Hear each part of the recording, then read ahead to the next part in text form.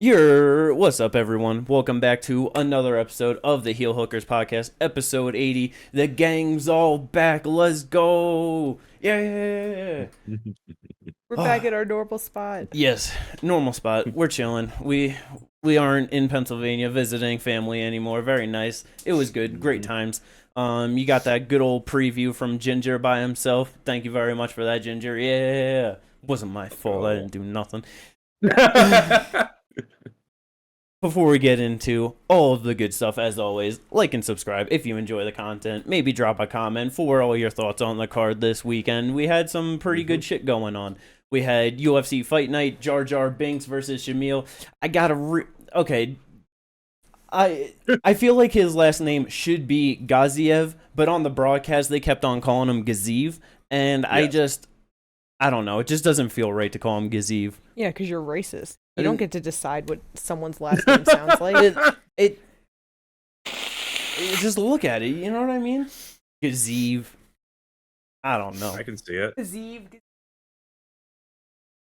Either way, Jairzinho Rozenstruik versus Shamil Gaziev. We also did have a one championship card going on, 166 from Qatar. We'll get to that later. Yep. That was hard for me to watch. I was watching at work. Oh my god.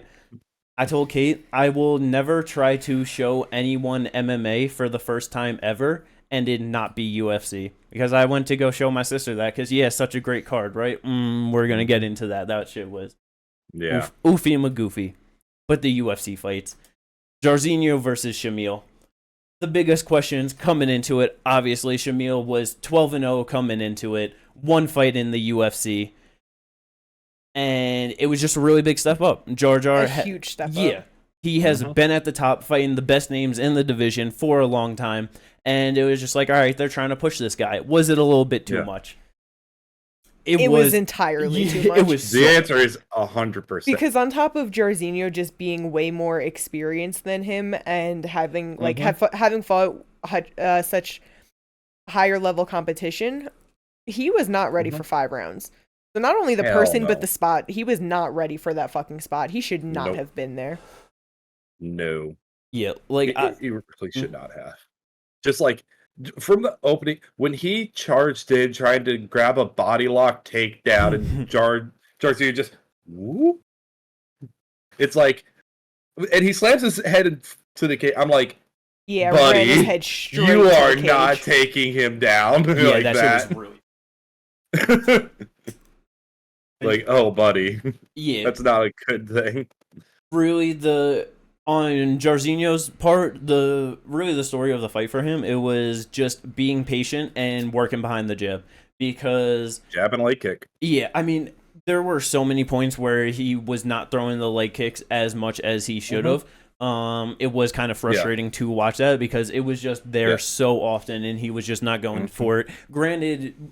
most of the times when he was doing it, Shamil was trying to like punch off of it and like, you know, use that as timing to like for the right hand.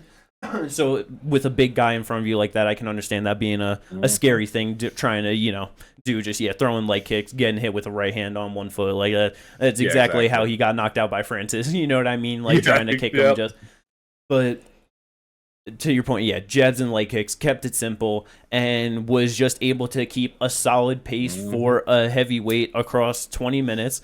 And at about minute 7 or so, maybe minute 8, all Shamil, like his basic stance, like just standing in the center, was both hands down, head forward, mouthpiece about to fall out. Like, yep. That dude got way too tired, way too quickly. Dude wasn't ready for 3 rounds. No. Dude wasn't ready for 10 minutes. Yeah. That's the thing. Like, go ahead. Oh, sorry. I was just gonna say, like, it was fucking terrible. Who was the ref? Mark? Was it Mark Goddard? I believe so. That sounds right. Like, good on him for just knowing what was going on, even though he couldn't understand, because it's like obviously major red flags, because at the end of the 4th round, Shamil was straight up sitting on the ground arguing with his coaches in his corner in a different language. Mark ran over there. He said, I want to know what they said right now. What is going on Yeah. over here? Called the doctor in, and they ended up calling it because obviously a fighter arguing with their fucking corner in between rounds, like not getting up, not sitting on the stool, like just arguing the entire time, like you don't want to be fighting, bro. Yeah. Like clearly you're not trying to fight and your corner's possibly trying to make you fight, like I know, as soon as I saw him go back to the corner and he's just in there and like talking, it's like, okay, this like with how tired you were, like you should be like, sitting on the stool, taking in water, relaxing, getting like, it's just like, why are you having a full on conversation, like argument, like you said, with your coach, like in your corner, like that was definitely not normal. And then just calls time and then ends up calling it at the end of the fourth round. Saying that he couldn't see out of his, like, I think it was his right eye. Either his right or his left. I couldn't remember. Yeah, his right eye was swollen around like the side and underneath it, but dude just got pieced up so badly. Way too big of a push. Just very kind of similar to fucking Abus and Sean Strickland, you know, just trying to push a guy real real far up in the rankings against someone that's proven and tested and just gets absolutely shut down. And it just it wasn't the greatest fight across the 20 minutes. I felt like Jairzinho could have done a lot more, but he was just keeping it smart, keeping it patient, you know, just like he was just staying safe, which I understand. It's like, they said that they were 2 inches off in height. Do not believe that. Bro, Shamil's like 6'5", 6'6". Yeah, that dude looked ginormous in there compared to Jairzinho. That shit was honestly pretty crazy to see. Dude's got a giant ass head. No, I was about to say, I was comparing their fucking head sizes. Like, what in the goddamn fuck is this bullshit? Like, and it's like Shamil was eating a lot of big shots. His biggest thing is he just got exhausted. It's not it's not like he was so beat up that he couldn't continue. He was just not ready for 5 rounds. No, obviously he got beat up over those 4 minutes. I'm not saying that, but I mean, you know, 4 rounds, or 4 rounds. You know what I mean? But like, it was exhaustion. No, completely. It was exhaustion and like the eye thing, which I'm like, even as I'm like, your eye doesn't look that bad. Like, I don't know, like maybe he couldn't see out of it. Maybe it was like giving him problems, like, you know, got touched in it, whatever. But like, either way, like, I don't know. I feel like it was because he was tired, but that's just my opinion. I was about to say, Dude went 15 minutes once in his life. You know what I mean? Yes. And like, so I kind of feel bad, honestly, because it's like, obviously, like, you know, he gets this push. It's not like he wants to turn down the opportunity, but like, bruh. He was 1-0 in the UFC. Yeah. To give him that fucking main event spot against number 12 Jairzinho, like he's been 5 rounds many times, like same exact reach, like it just that's the thing, like I'm pretty sure Shamil has always just been the bigger guy in all of his fights. Yeah. Especially in his like contender series fight, which is one fight that I did bring up because I was talking about Shamil's grappling. It's like he's all right once he's down there. But it's like, it's hard to actually quantify it based off the contender series, because once Shamil took that dude's back, the other guy basically gave up. Yeah. And I was just trying to quantify. I was just like, I think that the exact comparison I made was the Sean Strickland boost fight, where I'm like, I just think this is going to be a step too far. Proved it. And now it's just like, all right, where does he actually belong in this division right now? Like, what do we do with him? I mean, I do think that he probably, like, I don't know. I'm sure he'll take a lot of lessons from this loss and know that he's really going to have to work on his cardio and understand that it's like, once you start breaking into a certain level of fighters, you can't just powerhouse through them because they can powerhouse through you too. Like, you just, you know, like maybe this will honestly just make him a much better fighter, hopefully, because like I said, it's not like he got his ass detrimentally beat. Like, if he could take it incorrectly and really learn from it, like he could definitely do better. Like, just give him guys outside of the rankings, let him build that confidence back up, let him get more experience, and then bring him back. Like, cause he even tweeted afterwards that is like, he said something just like, oh, you know, like all like the haters or something that thinks like, that's just like that, and he's like, nah, like I'm just gonna come back better than ever. So it's like I have no doubts that he's gonna take that in and like just learn from the mistakes and just build a better game plan, work on his techniques, and just be able to level up in his just overall game. I was about to say, like, just kind of previewing one of the other fights on the card. on this card, we got shown someone who has a problem like shooting, like getting low enough and actually shooting a double, and someone who drops way too much to looking like he's getting dropped while shooting a double. We'll get to that later, but that shit was funny. But yeah, Jairzinho, great win for him to just maintain his spot in the top. What, he's ranked number 10, I believe. 12. Jairzinho, 12. Okay, 12. I thought he was a little bit higher up. But yeah, so keeping his spot inside the top 15, not getting bumped out. For him, he did mention that he was booked to fight Derek Lewis at the end of last year. That's the fight I've been saying I would love to see for both of them. I feel like that's a very solid co-main event somewhere. When you saw that, Jimmy, how pissed were you? You were like, I've been calling for this fucking fight, and they fucking scrap it. I understand. That's just how it is. You know what I mean? I get it. It's just like, damn. Run it back though, for sure. Yeah, rebook that shit. I want that. That's the fight I want to see next out of them. Yeah. Oh yeah. Co-main event though. Okay, because also with it we had 5 undefeated fighters heading into this card, so like that was just kind of everyone talking shit on this card, but it's like just a good like amount of prospects coming in, like who sees what just see what they can all do. Shamil obviously main event lost his the co-main event Vitor Petrino at 205 pounds. Atom weight 105 pounds. 105 pounds. It was not the performance exactly that I was expecting. Petrino came out with some nasty leg kicks. Yeah, like that first round, shit sounded like a baseball bat. Yeah, the sound was absolutely insane on him. Vitor is a giant dude at this weight class. He is so physically strong.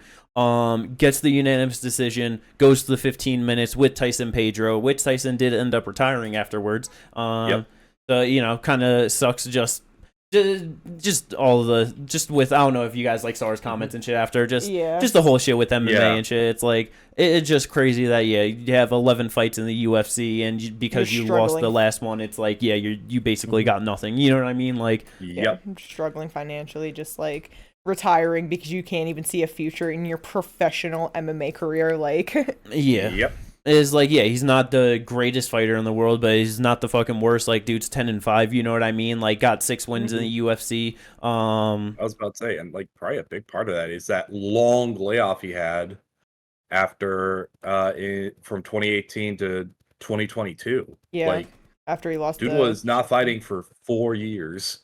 That's definitely rough. But Vitor Petrino, it was easily his fight throughout the entirety of it. He was just better everywhere on the feet. Was mixing up the grappling, taking him down. I was surprised to see that, but he just really showed a very well-rounded performance. Looked very good across the 15 minutes. That puts him to 4-0 in the UFC. Do you think about top 15 after that win? Maybe right outside the top. Who's in the top 15 at the moment? Okay, maybe I do think top 15 because my first thought was if you're gonna fight someone, you gotta fight and you're gonna go top 15, you gotta fight the gatekeeper at top 15, and that's Dustin Jacoby. Yeah, because I was gonna say when it comes to 205, like it's not the most like stacked division. It's a lot of people that have been hanging out around there for a while. He's only 4-0, but it's like someone like Dustin Jacoby is just the great test to see. Like where are you? Can you get into the top 15 right now? And I honestly think he could beat him. So it's especially with the grappling that he showed, like he could probably use that as a path to victory to beat him over 15. And he's easily the more athletic guy where he could probably just knock him out like early with a big shot or honestly at any point throughout the fight. You know what I mean? That would be a really fun matchup to get and just like a good test for him because he's looking really good. 26 years old too, so still super young, especially at 205. Got plenty of time to work. But like you said, 205 just so many guys hanging around, but starting to get a few names to like newer guys up in there. So always good to see. Very solid performance. The next one though, this is on to the next undefeated guy. He does remain with his O, but as Ginger mentioned earlier, Muhammad Mokaev, his takedowns are not the best. No, they're really not. Mm-mm. He can definitely drop down on the feet really low, super quick, as you mentioned, just drop into the floor. But it's just, if you are wise to it, like Alex Perez was throughout the majority of the fight, being able to just sprawl on top of him, and he's just folded up, got all that weight. It's like he's just, especially at 23 years old, no ability to drive into these guys. You know, it's just, yeah, it was rough. I was watching it, and as Alex Perez kept like sprawling, and there were times where I'm just like, Perez, disengage. Like you have the ability. Stop letting him grab your thighs. Disengage and fucking make him stand up. The fuck. I mean, first round, I was kind of impressed, though, and surprised with the way Mikhaev handled the fight, because, like, I didn't expect him to spend the first round just trying to strike with him and winning the exchanges. Like, he was touching him up, but I think it's, to Jimmy's point, like, you know, with him being so young, and, like, he doesn't have the power to drive into them, but he also doesn't have that much power in his hands yet. Like, give him a couple years and it'll be much better, but it's, like, it's him... Sorry. Where the title picture is at right now, it sucks because people want him in the title shot. He wants to be in the title shot. Pantoja's talking about, you know, Mikhaev's undefeated. Like, let's get him in there, but he's not ready yet. Yeah, man. It's just, he's not there yet. He is so young. He is like, he's slowly worked his way up into like where he is at number 8. You know what I mean? Like, Tim Elliott, Alex Perez, like those being his ranked wins. To go from that to Pantoja is fucking insane. Yeah. Like, he... And it's just with how he's beating them. That's where it's like the main thing. Where it's like he's edging out the decision. He's finished him in the third round in a fight he is badly losing. Yeah, it like because going into it, I was thinking it's like, yeah, if he gets a win, it's just like with how logjam and just all the rematches at the top of like the division, get a new name in there, give him like he wants it, like you said, Pantoja wants it, let's go. After watching that fight with Alex Perez, like that would probably just fuck up his development as a fighter across his entire career to take a fight with Pantoja right now. Yes, this dude would get beaten up so badly. Yeah, the way that I was saying that like Shamil's fight isn't a life-changing fight, this would absolutely be a life-changing fight. Pantoja would beat the shit out of him. Like, yeah. And it's not like, I don't want to sit here because I'm not trying to talk shit about Mikhaev by any means. He's just young and lacks the experience against these higher level guys. Like, I would so much rather see a slow crawl up. Like, you know what I mean? Give him fucking Nicolau next, like, you know, 7-5 from there. Like, whoever's at like number 3, give him a contenders fight from there. You know what I mean? Like, let him get these fucking fights in. But it, like I started with, it just sucks because of where the division's at, because you have Royval, Moreno, Amir, who's injured now, Kai, like just people that have been at the top and fighting each other for years now. I mean, Amir is like the one new name in there. But that's why I said, but you know, he's injured, exactly. So. and that's where it's hard with it too, because it's like, if he doesn't get the title shot, he's already talking shit with Royval and so, like, you know, trying to line up like a fight with that. So it's like. Yeah, and Royval is slick and his striking is a lot better than Perez's. Yes. Yeah. He's going to be eating a lot of shots in that. Really, in any of these fights, except for maybe the Amir fight. That's why I said, like, like, I would rather just a slow crawl up, because it's like, I don't know, certain people, you see them and it's like, yeah, being undefeated and young, it's like, you want them to do good, but it's like, you got to take the right path there. You can't just jump up, because it's like, Bro's just too young for it right now. And, like, it lacks experience and doesn't have, like, everything he needs behind it, because it's like, there's other people like Tatsudo Taira, who's at number 15, who is also 23, has now one less fight than him, or are they even again? I don't know. I'm pretty sure Mikhaev has one more fight with because that. Now that same age, but it's like, you can just see the difference, that it's like, yeah, he has that strength right now where he is able to use that for his striking, taking people down, like he can actually utilize that. But it's like, Mikhaev definitely needs a few more years. Like, is like he is able to keep up like a very solid pace, like, you know, across 15 minutes, because like just with the stats, shooting 20 takedowns overall, attempting 120 total strikes, like that's very solid for like across 15 minutes. Damn near like shooting 7 takedowns every single round, except the first where he shot 6 but attempted 70 strikes compared to 2 and 3 where it was 18 and 32. But it's like, it's just, like you said, it's just not there yet. He really does need that slow build, but just very likely it's just not going to play out that way. I know. And no. I mean, I don't know. Like, we say that he will get beat the fuck up by Pantoja, and it could be terrible. But it's like, he is going to engage in the grappling in the first round and very quickly.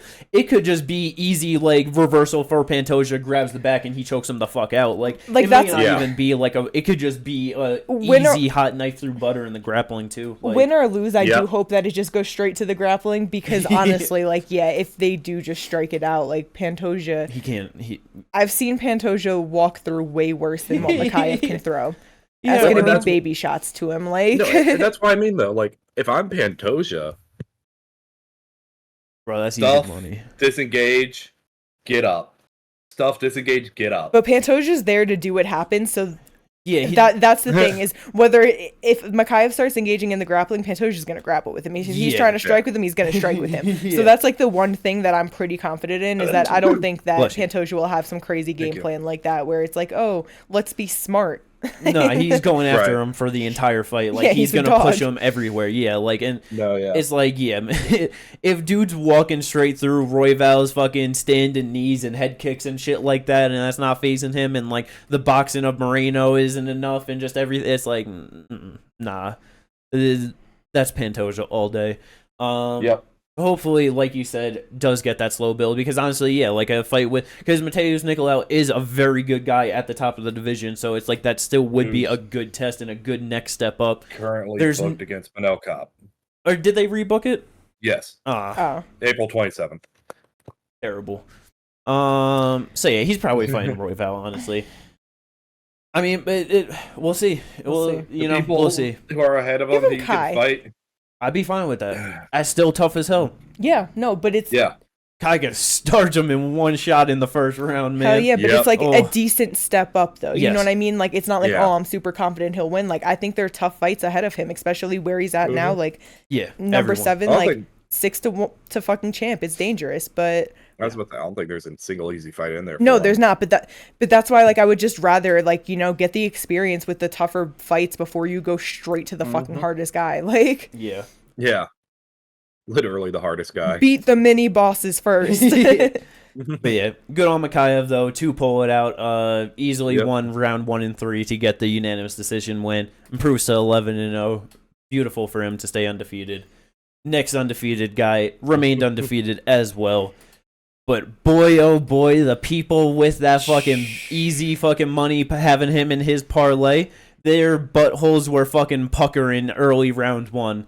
Because Umar Nurmagomedov... What a statement. Holy shit. What the fuck? Anyway. Is that not what would be happening? You getting clenched up, you know what I mean? It's crazy. That is what happened. Bro, Umar Nurmagomedov versus Bekzad Almakhan. At the end of the day, it played out, and like the result went basically how we were all expecting. Yep. But even Umar said it himself. He did not see that right hand that was coming at him. He just saw him moving in on him, was like, I'm shooting a takedown. And then next thing he remembered, he was on his legs working on a takedown. Bekzat has some motherfucking power in his hands at 135 pounds. Hell yeah, this dude glanced a shot off of the fucking like top of his head, like just off on like a weird angle, and for him to just say that like it caused that kind of reaction, this motherfucker is gonna sleep some people in this division. Oh yeah, for sure. Ooh, man, I respect Umar for that because so many people will just like, no, it was nothing, it was this, but like. I like when people give credit where it's due, like, like, nah, I didn't see that shit coming and it dropped me and I was not there for a second. Like, he's like, look, I was here. And then the next thing I remember, I was here. What happened on the in-between? Exactly. All I know is I survived. Bro, when I really thought that was like, obviously it wouldn't be the same as like, Islam getting knocked out early in his UFC run because it was, much earlier, not when he was a ranked contender. But like, I really thought we were going to have that for a second. It was like, just goddamn so fucking close for Bekzat making his That was UFC close. debut against a fucking monster in Umar. Mhm. But the rest of the fight, Yep. this dude could not grapple for shit with Umar, and he just got beat the fuck up over 15 minutes. His face at the end of the fight just all lumpy and red and bloody. He just... That was rough for him. Yeah. Yeah. It shouldn't have been his UFC debut at all. And he's gonna, and as Umar just goes up and gets better, it's just gonna be another one of those things where it's just like, damn, like you fought Tony Ferguson in your UFC debut, like that's fucked up. Like, you know what I mean? Damn, Like, you fought Habib Nurmagomedov in your UFC debut. Yeah, crazy. Good for Umar to pull it out though. Survive, just weather the storm. He wants Corey Sandhagen next. Honestly, though, obviously it's just like we could just, I don't know, Bekzat could just end up being like a way better fighter than, you know, just thinking of him as like some guy making his UFC debut. But it's like him getting clipped like that, and getting dropped. Bro, Corey can flying knee this man. Like he can land some big shit. Like I have been saying this. I'm just like, in kind of the same vein of Muhammad Makayev, I just don't think it's the smartest thing to go in that big of a step up for Umar. I mean, I just don't know if he can get any fights, like, other than Corey, because he's the only one saying that he would fight him. The only thing that I would say with Umar is that, yeah, he got, like, dropped real quick, but obviously, like, has great recovery behind it. Yes. It was just a real fast, sneaky shot. I think that if, like, he's more well-rounded than Makayev is. Like, it would be different than Makayev taking that jump up. Like, him fighting Corey, like, he could get slept, but I think that will still be, like, just really competitive. Like, I know Corey's been working on his wrestling, but that... How does that play out? And it's like, even if he does go for like a flying knee or some shit, it's like, you know, maybe he'll be smart to that, you know, like I think he got to be more sneaky to catch him with something, because even saying that he didn't see it coming, maybe that's even why it dropped him, you know, like he was just not prepared for that. But you see a knee coming at you, and even if you have that split second of like, oh, like brace. I guess in my head where it was like, with, I don't know, because, like, you know, just listening to shit and, like, Weasel breaking it down and stuff like that, but it's, like, just Umar saying that it's, like, yeah, he just saw, like, Bekzat coming in, like, you know, didn't even see the punch coming, and so he's just, like, okay, duck in on a takedown. It's, like, fucking long, lengthy Corey. No, if he just for fakes sure. in, gets Umar to duck, and, like, just times that shit, because that was how he got Frankie Edgar so clean. He just knew, giving him a certain look, Frankie's gonna just move right into him, and that's just beautifully times it early in round one. Like, Corey is... No, Corey can definitely get it done. Yeah, and he's such a smart fighter. It's like, that's just scary, like, man. I kind of see it like, also potentially being like how Edson Barbosa knocked out Beneil Dariush. Just if Umar does one thing consistently where he's shooting it on a takedown, like every time Beneil shot in for a double leg, he would jab and then shoot right in. And Barbosa just timed a flying knee perfectly, boom, knocked him out cold. And that could potentially happen. But also, like, with Corey, he can throw fucking flying knees at weird fucking angles. And it really close. Like, it can literally come out of nowhere. It's like, I think it would be a really good fucking fight. It just kind of, it sucks for both of them, though. It does. Because Umar loses, he loses being undefeated, obviously, and Corey loses, and it's like, there goes your title shot. Yeah. You know, like, they're already obviously asking him to fight down, and like, you know, with the injury that didn't help, but it's like that's why I also just love Corey so much, because he's just like, well, I'm the best in the world, so I should be able to beat anyone no matter who they are or what their rank. So I love Corey. So if this is the guy I gotta beat to get my title shot, let's go. Like, and it's like, Corey is only 31, so it's not like he's that old or anything, but I just feel like he loses to Umar, and that's really good. Yeah, it's really going to hurt him getting back to the title shot. Yeah, dude's going to have to put together probably another 3-4 even, potentially, how things go. You know what I mean? Exactly. Like, he might be at the end of his prime, or like, you know, middle of his prime by the time he gets to that shot. Like, And to be fair, this all depends, I think, 100% on how this weekend goes. Because, honestly, if the UFC's all just going for storyline and shit, Marlon just lost to Corey. They could easily just book that fight if Marlon wins. Danny even said that Marab's next, like, no matter what. Like, he, like, for sure, 100% Marab's fighting the winner of that. Like, that's just... Like no, like Corey is unless he sits out for it, which obviously the UFC Right. never like. Corey has to take one more, And Corey like, doesn't want to sit out Yeah. either. He's not that fighter. No, he doesn't. yeah. So yeah, like that. What a fucking fight that would be. That shit would be so hyped, so much fun. Definitely have to book that shit for a 5-round main event fight night somewhere. Like just Oh, Yes. Yes. that would be awesome though. Saudi main event. I was about to say Saudi main event. When's Saudi happening? They said June, right? That's possible. Yeah, June, I believe that's very possible. Oh, I mean, if they're not booking a title fight on it, which they said that they're not gonna, like that's easily one that you can go to Yeah. for sure. Yep. Yeah, I'm fine 100%. with that. Let's fucking go. Moving on, last fight on the main card.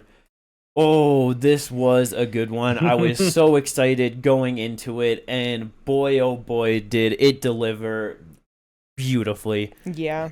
Out of all the guys at 125 pounds coming up, that I feel like right now can contend with the top guys in the division. Like we were talking about, it's not Mikhaev right now. Even with Tatsuto Taira, I don't even I think... still want more fights from him. Exactly. Obviously, I just think that he shows more promise than Mikhaev. I was comparing them because the age. Oh, no, yeah. I'm just saying, like, right now. No, you know, yeah. like, I need some more time, probably. I don't think he can do it. But motherfucking Steve Erceg, Astro Boy, 125 pounds, what, his third fight in the UFC now? And this dude with the cleanest fucking left hook to knock out Matt Schnell. That shit was absolutely beautiful. Good back and forth, round one. Both landing some good shots. And then, yeah, just comes out round two. Right hand to the body, left hook up top. Matt Schnell didn't see it coming and just... Dropped. Yeah, no, Steve was touching him up real good. Yeah. Like, just... And it's like, for someone like Matt Schnell, who has been in... And I mean, that could be a factor, too, because, like, he has been in a lot of wars, been in there, like, hanging it out, toughing it out against a lot of good people. You know, could be getting older, maybe can't, like, just keep up with that same damage anymore. But... For Matt Schnell, I mean, for Steve Erceg, get Matt Schnell out of there in, just barely over 5 minutes. Absolutely beautiful for him. This dude is gonna fuck up a lot of people at the top of the division. Like, for talking, about, like, just the slow increments of Muhammad Mikhaev to get up there, Steve Erceg should just be fighting in the top 5 right now. Like, you know what? Fuck the Manel Cobb Nicolau fight. Unbook that. Nicolau versus Mikhaev, and then Astro Boy versus Astro Boy. Who keeps the nickname? Manel is Starboy. Oh, it's Starboy. Damn it. Yeah. Starboy versus Astro Boy. I mean, that wouldn't be a bad fight. Like, that would be very good. Or you can flip him, and Mikhaev can fight Kopp, and Erceg can fight Nicolau. Manel Kopp can fight Tatsuto Taira. Did you see who Steve Erceg called for? Oh no, I didn't. Oh yeah, well he wants to fight Brandon Moreno in the Sphere. He said that Brandon looked average in his fight against Royval, and he thinks that's easy. I like it. All right, so I was gonna say, like, I would love to see him fight someone like Kai Kara France. He wants Moreno. Yeah, bro. Oh my, give me that absolutely fucking please. Holy shit, what a fight that would be. I love it. Probably not going to be 5 rounds. Either way. More likely not. Shit might not even need it. Yeah. Honestly, with how Brandon Moreno looked in his fight in all reality, bruh, Steve Erceg might... I don't know if he'll be able to finish him, but he might just fuck him up over 3. Yeah, he might really put a fucking beating on him. Yeah. Oh, yeah, that's good. I'm so fine with the push like that. Fight. Yeah, like that's what I mean. He should be contending with these guys, like, at the top right now. He is so motherfucking good. Yeah, absolutely great fighter. I just, as soon as I seen him fucking just destroy Dvorak in his debut, it's like, okay, this guy is gonna be a problem. And it's always hard, like, you never know with guy short notice debut, like, coming up against the top 15 guy and, like, they look good. It's just like, okay, is that just like a fluke thing? Just doesn't really know him, you know what I mean? But nah, this dude's one of the best flyweights in the world right now. Absolutely beautiful. Let's fucking go. Oh, that Yeah, that's just I love that's that. a crazy I love fight. that. I can't just get over stop. I can't stop thinking about that fight now. It was a solid main card on the UFC part though. The prelims, there was some alright shit, and there was some sad shit, and there was some absolutely beautiful shit. Yeah. Kate, which one do you want to go into first? Vinicius Oliveira and Bernardo Sopaj. That was a fantastic fight. Vinicius and Sopaj, they got fight of the night. Vinicius also getting a performance bonus. Yes. Doubling up in your debut is crazy, but it was such a good fucking fight. That was. God. Honestly, I forgot that I knew it was Sopaj's debut. I forgot that was Vinicius's debut as well. Coming off Contender Series. That making 100,000 off your fucking debut, that's a fucking great night's work. Hell yeah. Hell yeah. Oh man. But that was just a war. Bruh. And then third round, just that flying knee that just sent him to the fucking land down under. Yeah. That was insane. The way he dropped, like it. Sack of potatoes. He just dead. Yeah. Oh my God. This dude easily. Obviously, it's still very early in the year. Easily knockout of the year contender. Like 100%. I've already got it on the list. Yeah, very good. Yeah, that absolutely vicious. Another guy at 135 pounds, where it's like, dude is clearly a fucking monster. Very raw still at 28 years old. Just this dude just throws so wildly. Like he was just going crazy throughout the entire fight. Punching himself off balance at point. Like, which is what made it a war, because it was one of those not as technical as it could be, but just even fun fucking amazing fights. Yeah, because Sopaj was just game the entire time, just fucking and because there were just the moments where Vinicius would just throw some big crazy shit, there would just be whatever moments, and then he would just stay back for a second, just let off, not go right after him, give Sopaj that room to just kind of walk away, reset, do whatever. And then third round late in it, he was just like, maybe I shouldn't do that, and just sprinted at him with that fucking knee. Flying knee. Beautiful. Also, I decided to take a look at his record. Guess who he lost his O to? It's a name you'll know. They're currently in the UFC. Christian Quinones. Yep. Hey, well, I mean, that was 2018. So it was 6 years ago. He was 22 at that point, so it'd be like that. Quinones, he's wild and scrappy, so it's like, it makes sense. No, yeah. I just the parallels between their UFC so far. No, seriously. It's so crazy how shit like that happens. Yeah. Because then... Yeah. Yeah. Honestly, do you want to know who I want to see this dude fight? Who? I feel like it's a great second fight in the UFC for him, with him having 23 pro fights already, 28 years old. Yeah. Clearly amazing. Give this man Raoni Barcelos. Dude just fought, just got a win. That would be some fucking fun shit. Yeah. I mean, it's just, like the timelines can kind of match up a little bit, maybe. It's like that. Throw that shit on fucking 301, you know what I mean? I mean, they probably wouldn't because of 301. Yeah. Oh, Vinicius. Yeah. Yes. I don't know why I thought you were talking about Sopaj fighting him. Oh no, sorry. No. I was like, bro, you do Sopaj versus Christian Quinones. That's how you match make UFC, Kate. It's the storylines.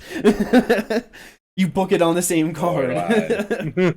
Even though Sopaj and Quinones aren't Brazilian either, but not yet. I just feel like that would be a really fun fight, and it's like Barcelos is just a solid guy. He's getting older, easily someone where Oliveira can get a beautiful win over him. But it could be a tough fight too.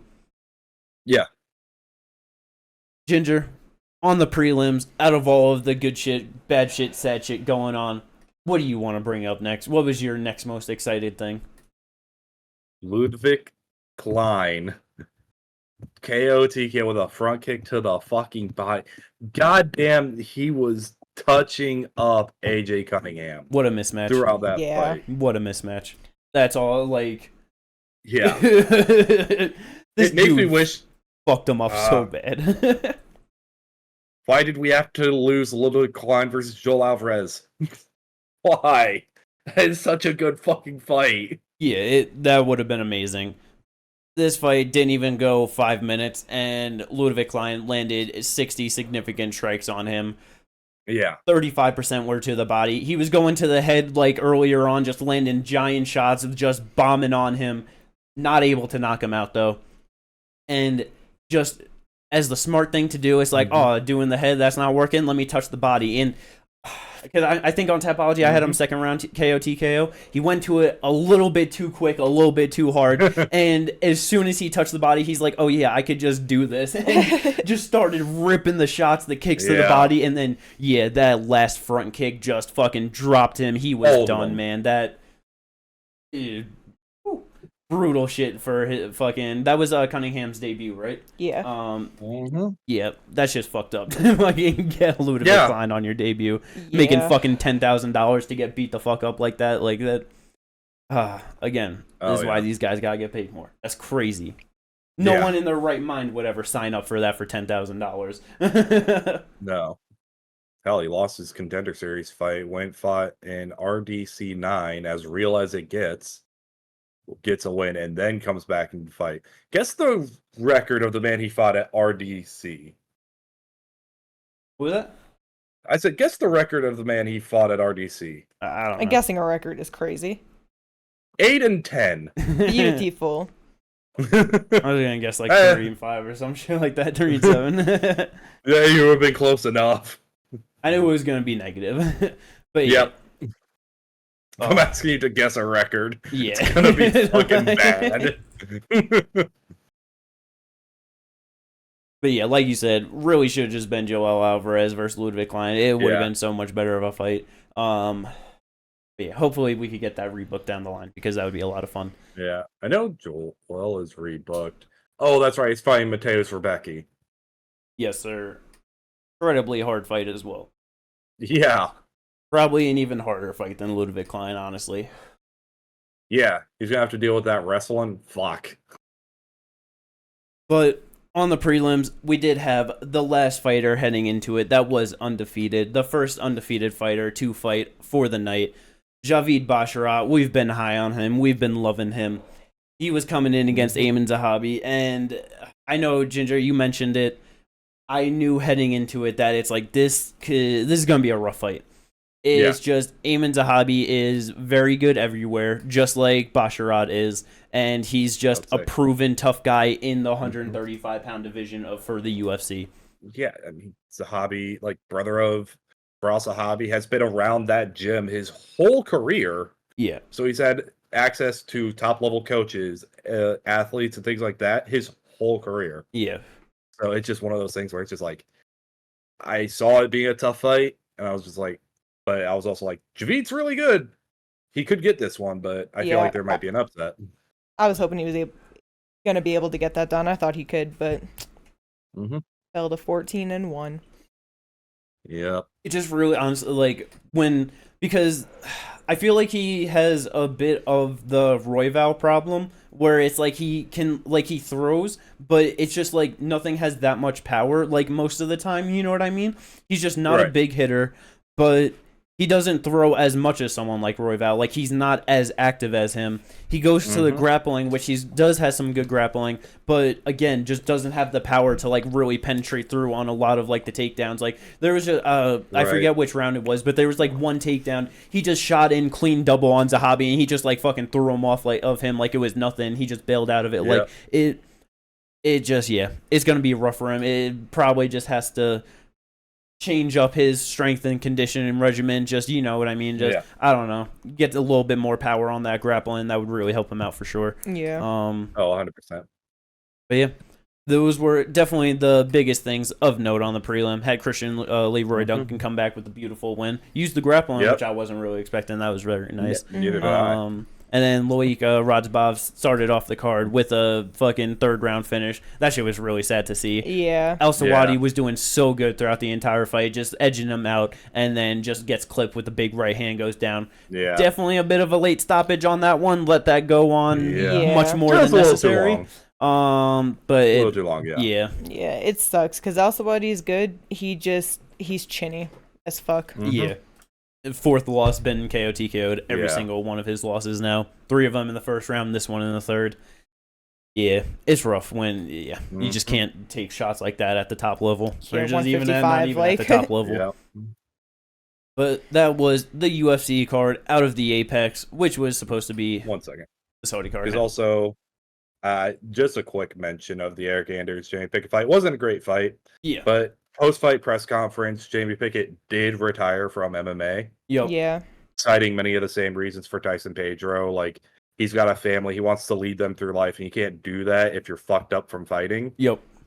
And so just wanted to shout out Jamie Pickett. Like, obviously, he didn't have the best record, but what seems like one of the good guys in MMA. So no, yeah, for sure. And it's like, you know what, good for him for recognizing it, that it's just, you know, he's 35 years old at this point. He's 2-7 in the UFC. I'm not actually sure how he's made it this far. I didn't even realize that he was on a fucking 5-fight losing streak. Yeah. So it's like, even if it took a while, like, good for him for recognizing it and just getting out so that he can still do things. Like, yeah, for sure. And on that, I did think one kind of funny mention that, like, a quote that I did see from him is that he said throughout his entire UFC career, he never turned down a fight other than one. And you want to know who that fighter was, Kate? Who? Poatan. Alex Pereira. I didn't see like the overall context to it, but I just thought that he got Poatan in front of him. He was like, nah. He was like, I'm not doing that shit. Fucking insane. That would have been devastating. Smartest move of his career. Yeah. But yeah, solid card overall. Definitely with how like it stacked out, was not ever gonna be a good Saudi card. They had to move it. Yeah. But yeah. That's going to take us into the Tapology results, though, which another week of Jim Bob getting first place. Yeah. 6 weeks in a row. Every card this year so far. Ginger's so close. So close every single. These last 2 weeks. So fucking close. But it was because I got 2 perfects on it, which was definitely the ones that helped out. Erceg with the second round KO TKO. That was. I just had a feeling that it was going to be a stand-up fight and Schnell wasn't going to be able to hang up to it. And then the same pick with Christian Leroy Duncan on the second round KO TKO. Didn't come exactly how I thought it was going to come, but got it the same way, though. You have beaten me by 1 perfect this week. Last week was 1 semi-perfect. You just got to step your game up a little bit more. Oh, fucking close. I'm going to continue to step my game down because I made my mark last year, so therefore, like, I need to give other people a shot, and I'm going to continue to do worse and worse. What a turn. What a way to try and pivot that narrative. What a heel turn. But yeah, no, like, yes. These last 2 weeks, me and Jimmy have gotten every fight but 2 right. Yeah. How is it I can do this and then it's just like you're just that much better? Like, how is that happening? I'm just that much better. That's just all it is. You know what I mean? Like it is what it is. But nah, yeah, wasn't a bad week overall. We all did pretty good with like our picks. Like out of all of it, like you said, we only got 2 wrong. Kate only got 3 wrong. Both got like the 2 with fucking El Sawadi and then Javid Basharat missing, and then Kate just had the 1 different going for Shamil, which was like very much understandable, thinking that he could just get it done over Jar Jar. It's like been finished many a times. But yeah, solid week though. Let's fucking go. The only other card that did happen this weekend was 166 from Qatar.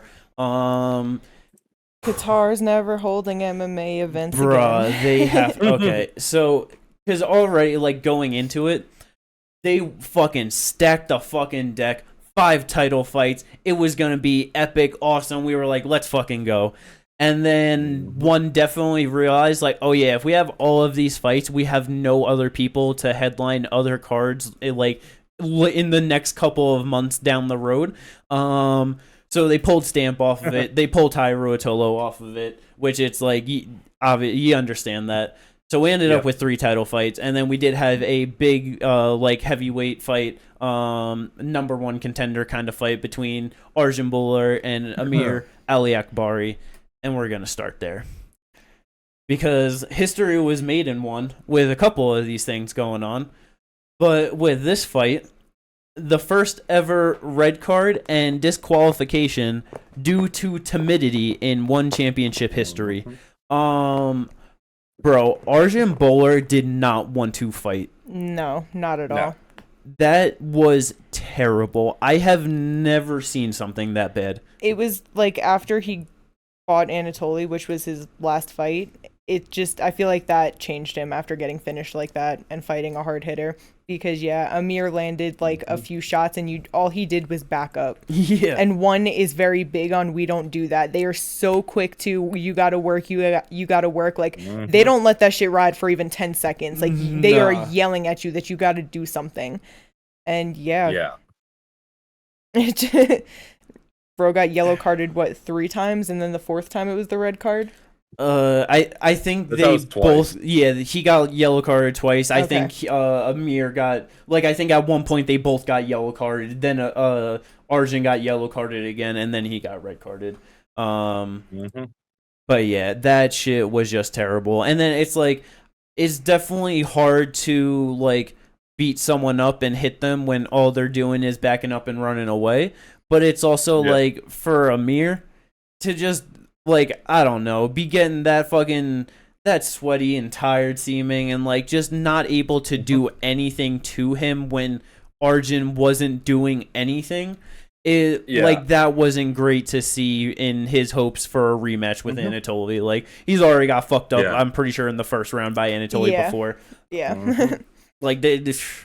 There's no hype on a rematch after a performance like that. No.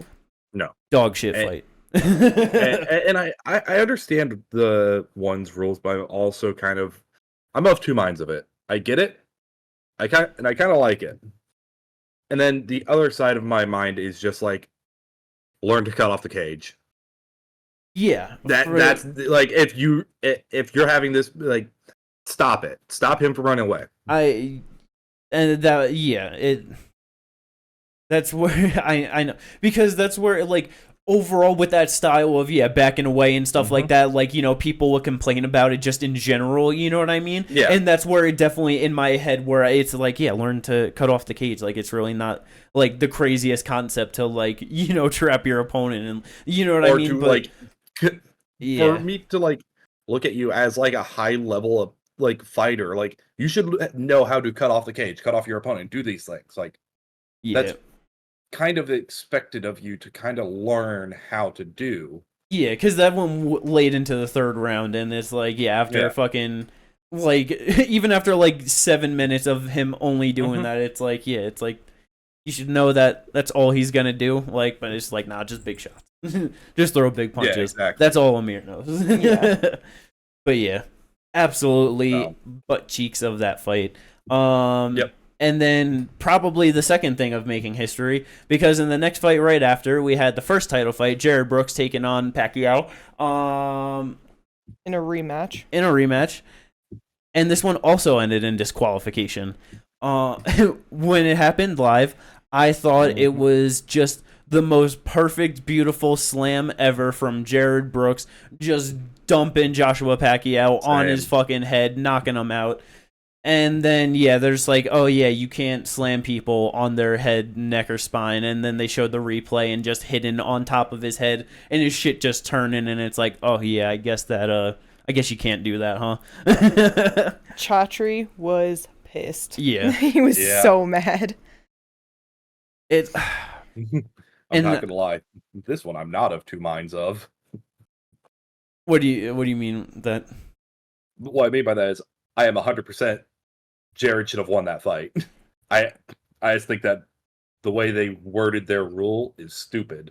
Yeah, it's I don't know. It's I understand it though, because it's you just allowing people to start trying to fucking drop people on their fucking head and shit. It's you could just definitely end up with more injuries, very severe injuries with that. Incredibly dangerous. It just sucks that it went to a DQ, because it's not he intended to let me dump him on the top of his head like that. It's just how shit went. So it should have been a no contest, but they'll just run it back again. We'll get the trilogy. He'll get his belt back. So Well, It just Chatri said he sucks, wasn't though. sure if they run the trilogy back, but Oh, really? yes. I just That's how doubt bad it. he was. And that's why I'm like, nah, just get rid of the rule then. The thing is, If you're gonna pull dumb shit like that, get rid of the rule. Chowdhury be talking shit. He was really pissed after the red carded timidity and then another DQ loss. He just be talking shit. We're gonna see it again. He doesn't have the roster to be going and not rebooking this fight, if we're gonna be honest. He said India will no longer look at Arjun Bowler like a hero. Yes. The Canadian Arjun Bowler. He represents India on the big stage, though. You know what I mean? But it's, No, talking shit about Japanese fighters, talking shit about him in India, talking shit. It's just, you know what I mean? Like, it's terrible. He always has a lot to say. He's incredibly hot-headed. He talks a lot of shit publicly, which is it's crazy. But either way, I'm sure that it's just him talking shit. Yeah. With at least like data, if he's talking shit about a specific person. Yeah. Chatri seems to just talk shit about entire regions. Yeah. And it's like, great promotion. Dude, shut up once in your life. Sometimes you just gotta shut up. Yeah. But yeah, so that wasn't a great result or a great ending. Co-main event. I don't know how you felt about this, Ginger, but I was extremely annoyed by the referee's involvement in this one of like handing out yellow cards and like just doing that again with like, oh, like not enough action, because 100%. It's Kai versus Lee. It's a rematch. You got two heavy hitters, two fucking top guys. You have to let them fucking work and let a fight breathe and play out. Like, I get that there are moments where they're just in front of each other, moving, feinting, whatever, and it's like there's not really actually anything going on, but the ref being right on top of them, like, work, and then just breaking them up. Literally, one time they, like, went to go move, and because the ref was so on top of them, fucking Kai fucking ran into him, and he had to, like, run back around. It's like, bro, get the fuck out of here. Like, I understand it was probably because of how shit was going, so there's like, oh, we just need something big to happen good. But they just made it worse. Because it's, like you said, they needed the time to figure it out. It's like when you have two guys, especially when they fought each other and they know what each other are capable of, they've experienced it, they're going to be technical and smart and try to put on like a good fight and find their range, find their motion. But every time you interrupt them, they have to reset. They have to reset. They have to reset. Like, it was so fucking stupid. And then finally in the third round when they're like, you know, yelling at them like, yo, you gotta work, and they've already been yellow carded, it was like, Tan ran in and Kai with the right cross and just knocked him clean to the ground and just to ground strikes. Like, this is really why I don't like this system sometimes, because what was the point? Like, you're forcing, like, I just don't like the idea of forcing action when people are trying to actually work. No, exactly, because it's like when you got, like we said, like the two guys right there, and then all you're doing is screaming work, like you're just creating a sense of urgency that's like cutting off their ability to think it through properly. So now like you're not going to get the best performance from them, because it's just going to be them like, oh shit, I gotta go, but it's like, where do I go, how do I go now? And it's just going to throw more them nervous off. energy and like it's like, and like, bro, you seen it in fucking Lee's face afterwards too, like when like he got hit, like they called the fight and he got up, like he just had a look of just like fuck this shit, you know, like he just looked very annoyed with it all, and it's like so some of these fighters have a lot of self-control, because I probably would have cussed out the ref. Like, hey, we seen it happen in one last time. Like, dude, shut the fuck up. I'm trying to work. I really did feel bad for Lee in that one. Like, that, it really was just so shitty, but it's like, hooray, one forced the knockout that they wanted, I guess. Like, you know, it just like it wasn't a bad fight, like, you know, it wasn't the greatest, but it was just a technical chess match playing out, and then it just like it was a good finish, but it just felt so forced and everything, and so it just was just such a shitty feeling afterwards. Like, exactly. Like, I don't mind like the yellow card system when it's fights like Arjun Bowler. That was where he perfect is literally uses of it, backing out, circling, and not doing anything. Like, that I get. This one I don't. Not at all. It absolutely terrible. But so, I mean, fucking Kai, he's 28 years old, so it was good for him to get that done. But moving on to this to save the fucking day. The main event, though. Yep. Anatoly. The last bit of history that was made. He is the first ever that I know of, like, for sure simultaneous, and I believe overall, like, at a high level major organization, 3-division champion, conquered heavyweight, dismantled Arjun Bowler, made it look easy. Yep. Goes down to 225 pounds, it is? Yeah, for their light heavyweight. And this dude made fucking RDR just look like he should have never been in there with him. He made him look just absolutely frightened of the power, ran through him in the first round. He said, fuck it, it's not enough. RDR, give me your other belt. Moves down to their middleweight division, 205 pounds. One dude looked amazing at that weight class, like physically. Yeah. He probably shouldn't even be fighting at heavyweight. 225 is still probably fine for him, you know what I mean? But like he should be he's a 205er. Yeah, he looked amazing. RDR, giant step up in his performance from the first fight. He was doing so much better of just not getting too overwhelmed, actually backing up and like circling out from the power of Anatoly, just not getting rushed into the cage. The kicks to the body were doing real good. That fucking sneaky jab that he was throwing out there caught Anatoly off guard. Was it the second or first round? I think it was that he dropped him with that. I don't remember. I don't remember. A couple days, so many fights ago. But yeah, he was just looking really good. But it was early in the second round. I had the thought of like, man, RDR's landing a lot of shots to Anatoly's body. I wonder just like moving down, like, you know, the extra weight. Like, is Anatoly going to get tired? He's swinging and missing on like a lot of these shots. And then Anatoly starts going to the body and ripping up RDR. And it was just so funny because fucking RDR saying that he wants to basically just like test Anatoly's endurance and like bring the fight to him, make him go like the full 5 rounds because that's like what's going to be hard for him. And bro couldn't do it. No, he got broken. No. Like literally broken because he was on the ground and the ref said stand up. He turned to his knees and just didn't get up. Bro, he simply just didn't get up. And the ref was like, okay, if you're not going to get up, it's over. And that was it. Like, I feel like the last time I remember seeing something that bad were of like just exhaustion, defeat, like just all of that was like, I forget who Herbert Burns fought. But like I remember that happened to him where it was just terrible. But it's like that's someone just barely fucking making it into the UFC, like very low level in it. This was a fucking 2-time 2-weight world champion simultaneous. And got broken in under 15 minutes like that by Anatoly. Yep. Bro could not do nothing to him. Anatoly is a monster. Absolute machine, bro. Because it's like I know people might like give him shit about like having the 3 belts, but it being one and the way that they do light heavyweight heavyweight and middleweight. The weight classes the weight classes of it, but it's like realistically 205 to heavyweight is still a 60 fucking pound difference. Yes. Like that is bigger than if someone had flyweight, bantamweight, featherweight. 30-pound difference. So like, you know what I mean? Like it's crazy to do that and to move down doing it. Actually, he went back and forth because didn't he go heavyweight, middleweight, then light heavyweight? No, because this was the middleweight one. He went heavyweight. Okay. Sorry. No, you're good. Just looking at the 205, it just fucking me up. Wait. Am I? Okay, maybe I'm tripping. Hold up. I mean, now I'm in my head. Yeah, no, he beat RDR. He beat Arjun, and then he moved all the way back down. I forgot, because he... I'm sorry, he got the interim heavyweight title first, and then, Yes. Yeah, you're right. Okay, good on that,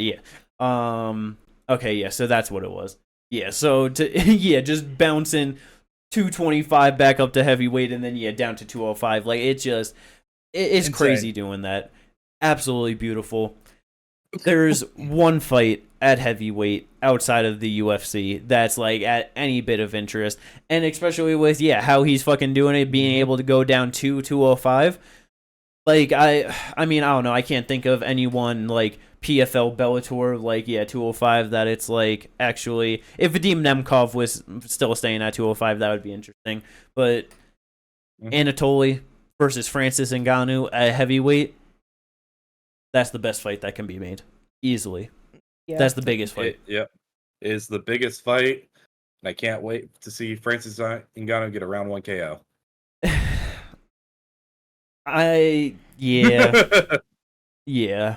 It would still be the best fight. It would be. It would still be extremely hyped. Like, just the resumes and everything going into it. All the fucking... Because if Francis just goes in there and just mollywops Renan Fajeda first, too, you know what I mean? Like, just... if and then beats Anatoly. Oh, my God. You have fucking... lineage. Like, you gotta have fucking... like, them do the right thing. Francis walks out UFC, PFL, Bellator, all the fucking heavyweight titles. And then Anatoly walking out with his 3 fucking 1 titles. You know what I mean?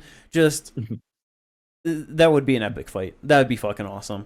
But yeah, Francis still probably lays him out early because there were like times where like Anatoly was going after RDR, like swinging on those body shots, and I'm like, oh man, like any bit more of a competent striker than what RDR is, like this dude would have gotten hit with so many clean shots and just walked right into them. Yeah, you don't want to be walking into Ngannou's shots. Nah, it's not a good idea. But, I mean, I don't know, the fucking Anatoly just throwing RDR off with the grappling at 1.2, like, just moving him around. Fucking him being so much shorter and smaller than Francis, like, him being able to grab, like, a single leg, mix that up with the grapple, like, it could be a fun fight. Like, it could be. It could be very interesting. Hey, that's what we need. We need a fucking DC-sized man to beat Ngannou. That's what you need. That's it. At this point. Hell yeah. Let's fucking go. Those are all of the major fights from this weekend. UFC M1. If everyone enjoyed this one, like and subscribe. It helps out. Let's fucking go, as always. And, we're finally fucking here, though. It's gonna be fucking UFC 299 fight week. Can't wait to fucking preview this. Is it better than UFC 300? Some people think that. I don't agree, but... I was about to say, speaking of Ngannou, Joshua Ngannou this Friday. Yeah, fuck, I forgot about that too. Too much this shit. Weekend, man. Let's fucking go. It's gonna be good. We'll catch you all on the preview to all of that good shit. Peace.